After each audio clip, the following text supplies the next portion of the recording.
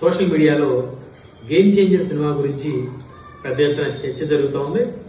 ఆ చర్చల్లో రకరకాల అభిప్రాయాలు ఎవరికి నచ్చినట్టు వారి అభిప్రాయాలు వారు వ్యక్తం చేసుకుంటూ ఉన్నారు.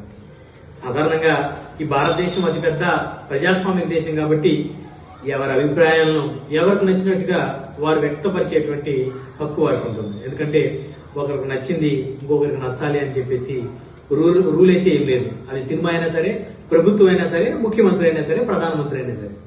అయితే నిన్న ఉదయం ఎర్లీ మార్నింగ్ 5:45 షోకి హైదరాబాద్ అమీర్పేటలోని ఏఏ మాల్లో నేను నా కుటుంబ సమేతంగా కలిసి గేమ్ చేంజర్ సినిమా చూడటం జరిగింది.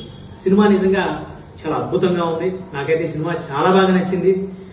అసలు రామ్ చరణ్ గారు అప్పన్న క్యారెక్టర్ లో ఆయన నటించినటువంటి ఆ తీరైతే నిజంగా చాలా అద్భుతంగా ఉంది.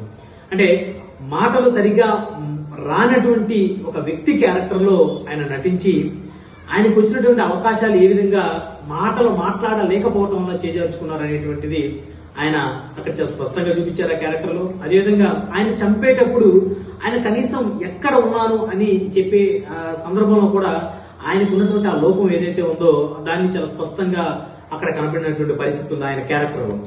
అయితే ఇక్కడ ప్రధానంగా కనుక చూస్తే చాలా స్పెషల్ గా కనుక చూడాల్సిన అంశం ఏంటంటే రాజకీయ నాయకుడికి